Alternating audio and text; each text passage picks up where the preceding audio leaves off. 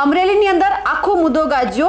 પહેલા તો નકલી લેટર કાંડ સામે આવ્યો, એ પછી એક ધરણા પ્રદર્શન થયા। કોંગ્રેસે પોતાની અલગ રણનીતિ બનાવી, ધરણા પ્રદર્શન કર્યા અને સાથે સાથે જ પાયલ ગોટી છે તેમને ન્યાય અપાવવા માટે તેઓ મેદાનમાં આવ્યા હતા અને એક બીજી માંગ પણ કરવામાં આવી રહી હતી કે પોલીસની સામે કંઈક કાર્યવાહી થવી જોઈએ, કારણ કે રાતના 12 વાગે જે દીકરીને ઘરેથી લઈ જવામાં આવી, એમને જેલમાં મોકલવામાં આવી અને બીજી વખત જ્યારે મેડિકલ ચેકઅપની વાત હતી ત્યારે પણ જે આ પાયલ ગોટી છે તેમને સાંજના સમયે એમના ઘરેથી લઈ જવામાં આવી હતી। એટલે 2 વખત પોલીસે પ્રોટોકોલ કાયદાના તોડ્યા હતા। એ પછી સવાલ હતો કે હવે પોલીસની સામે ક્યારે કાર્યવાહી થશે, એટલે હવે પોલીસની સામે કાર્યવાહી થઈ ગઈ છે અને આ પ્રકરણમાં મોડી રાત્રે મોટી કાર્યવાહી કરવામાં આવી છે।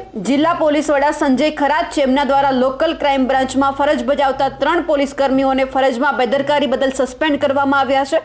સસ્પેન્ડ કરાયેલા કર્મચારીઓમાં હેડ કોન્સ્ટેબલ કિશન આસોદરિયા છે, પોલીસ કોન્સ્ટેબલ વરજાંગ મુડિયાસીસ છે અને મહિલા પોલીસ કોન્સ્ટેબલ હિનાબેન મેવાડાનો પણ સમાવેશ થાય છે।